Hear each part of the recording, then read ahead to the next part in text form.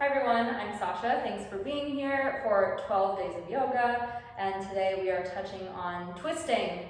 This is one of my favorite explorations of asana postures because when you find yourself in a twisting posture and you can really find your breath, it's so invigorating. It can feel really complex to turn the abdomen and the ribs and all the organs and find a sense of ease in your breath. So when you can come into that space of both stability and softness of breath, it's really invigorating. So let's start. One of the easiest ways I feel to start twisting and to really understand it is to sit in a chair.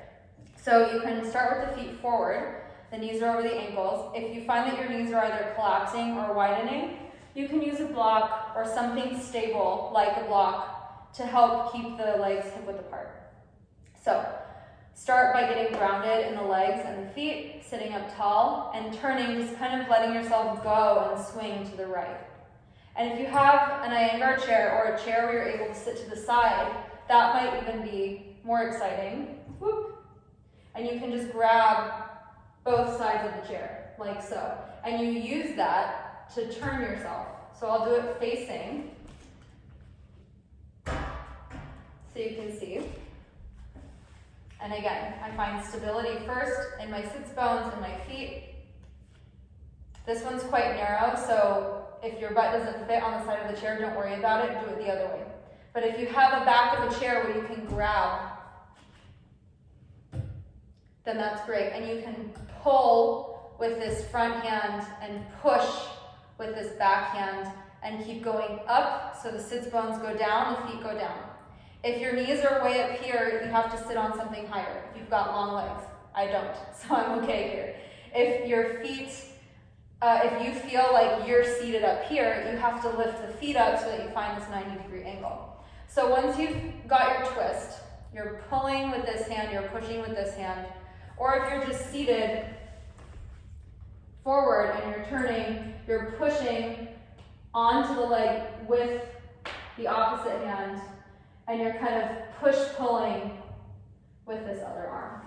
So if you see it from the side, you're turning from the abdominals.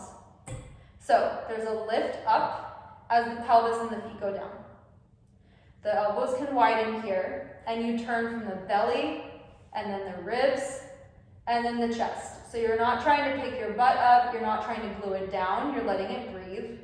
If that doesn't make sense, don't worry, but just don't completely let it loose like a noodle, and don't cement it into the chair. Lift up and turn belly, ribs, chest. So the belly has to be quite soft for this. And make sure you do both sides. When you come out of it, you just pause in the center, and you do the other side. Finding stability, you can do a few times kind of loose. This is called Vajrasana in a chair. There's another Vajrasana posture seated on the floor. So you're lifting up and you're kind of push-pulling with your hands and turning belly, ribs, chest, and you're breathing. Especially breathing into the back ribs here because the breath can often get stuck in the chest or the belly. So you're doing your best to breathe in all directions. And if it feels natural, you can even turn the head just so long as you're not pushing the neck in one direction.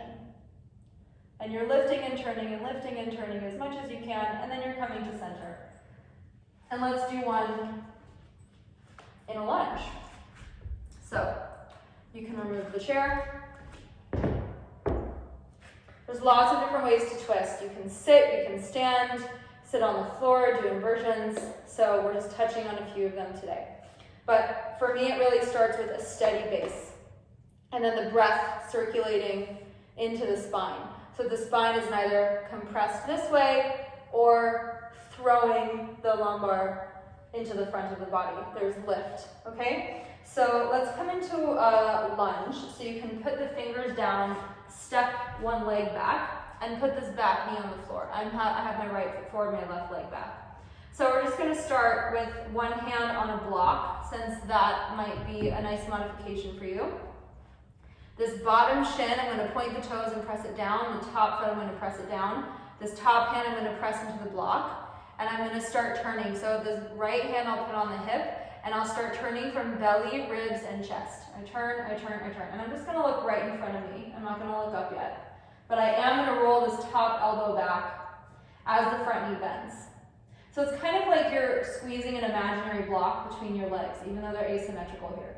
If you don't need this block, of course move it. You can come on fingertips or the hand, and just keep turning without letting the right butt swing to the right or swing to the left. So you're really stable on the right foot and the left shin. And then maybe you might tuck this back toe, the back toes, and keep rolling belly, ribs, chest. If it feels natural, you might lift the top arm up. I'm reaching this back leg back like crazy. I'm bending the front knee forward in opposition, and I'm turning belly, ribs, chest. If the head wants to go up last, that's okay. Ta-da! And I'm really pressing into this bottom arm so that the shoulder blade actually moves forward into the left chest. And to come down, I just look down and step forward, and we'll do the other side. So the right leg goes back, and you can start with your hand on a block if you need. The top hand goes on the hip, and you can start turning belly, ribs, chest, and just looking straight in front of you. And then if it feels natural, the back leg can lift. It feels like a plank pose in this back leg. The back heel moves back, the front knee goes forward, so that you're not lifting upright. It's actually better for weight bearing to be parallel to the ground if you can. And then if the top arm wants to lift, maybe it lifts. If not, that's okay. If the head rolls up, the neck is long, and you can even lean slightly back. That's helpful here. So that, remember, the bottom shoulder blade is actually widening this bottom chest, and you're turning belly, ribs, chest, and you're breathing. The leg, this back leg is keeping you steady. And then come down and come forward, and let's come all the way down to the butt. So lower down as best as you can. And let's see. Let's just do a seated twist. So the legs can be crossed in Sukhasana. And we'll just do a really simple seated twist here. So you can sit on something. Remember, if you need space, you can sit on a blanket. But for now, if it's comfortable, you can sit on the floor. And then again, you turn to the right a few times, kind of like a washing machine, whoop, and then you stay here. The back fingers are on the floor or a prop, the blanket. The front hand is on the outside edge of the leg. You lift up. Remember, the pelvis goes down, the spine goes up, and you turn belly, ribs, chest. The elbows can widen, just like you did on the chair, and you're breathing. Feels so nice on the spine, on the organs. And then you slowly come back to center and switch the legs. Whoop. So you're steady first, and then you go a few times, loose. It's fun just to be a little loose and playful, and then you can get serious. So back hand behind you, front hand on the thigh, lifting up and turning belly, ribs, chest.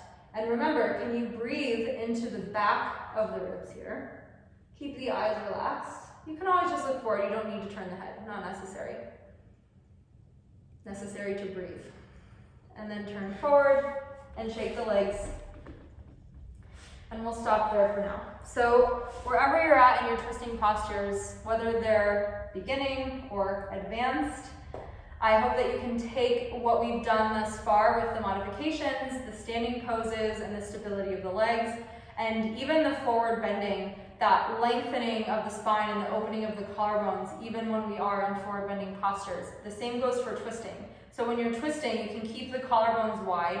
You're not twisting from your shoulders like a Vogue dancer, and you're not twisting and trying to turn your lumbar spine.